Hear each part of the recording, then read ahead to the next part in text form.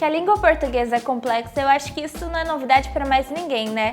Mas a coisa fica séria na hora do vestibular, porque junta o nervosismo com aquela coisa de ter que lembrar de cada regrinha e olha, às vezes a gente acaba errando por bobeira, né? Por isso, hoje eu separei 5 dicas de algumas regrinhas que você vai conseguir aprender e não vai mais errar no vestibular, na prova, onde quer que seja. Então, bora pro vídeo!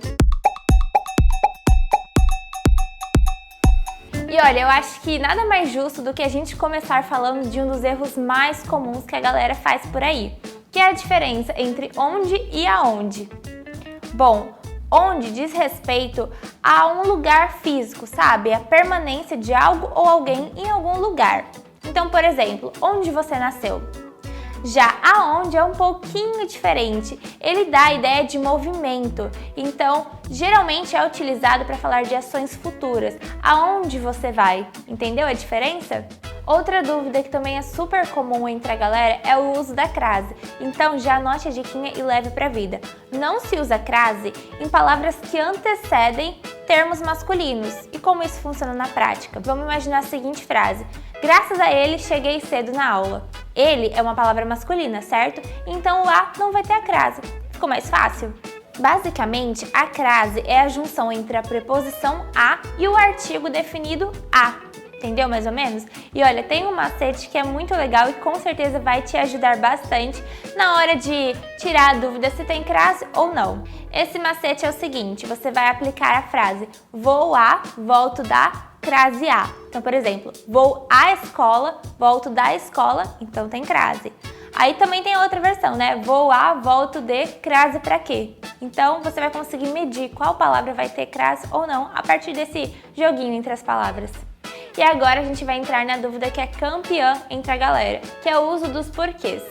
Um acento aqui, uma separação ali e pronto, a palavra já se ressignificou. E olha, existem 4 tipos, 4 formas de você escrever a palavra porquê. E a gente vai falar um pouquinho sobre cada uma delas. O primeiro porquê, separado e sem acento, é usado para fazer perguntas. Então, por exemplo, por que você não atendeu a minha ligação?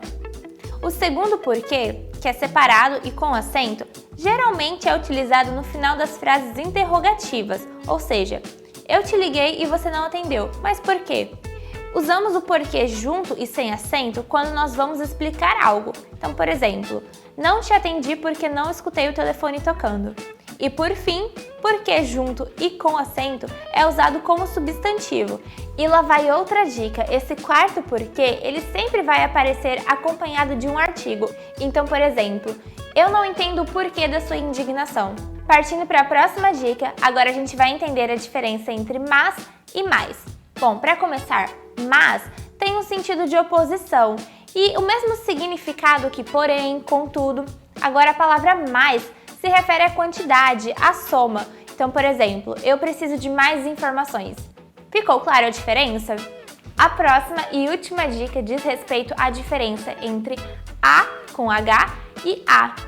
Bom, o a com H, ele vem do verbo haver e ele indica a existência de algo. Então, por exemplo, há muitos lugares para conhecermos. E por fim, o a, ele é um artigo, então a gente usa geralmente antes de um substantivo e quando a gente quer falar de uma ação futura. Por exemplo, daqui a 5 anos terminarei a minha graduação. Muita informação, né? Eu sei, mas olha, respira fundo, pega um caderno e anota todas essas diquinhas e dê uma revisada, porque eu tenho certeza que elas vão facilitar demais a sua escrita na hora da redação, na hora de responder uma questão no vestibular. Então fique atento porque são detalhes simples, mas que fazem toda a diferença e têm impacto na sua nota também.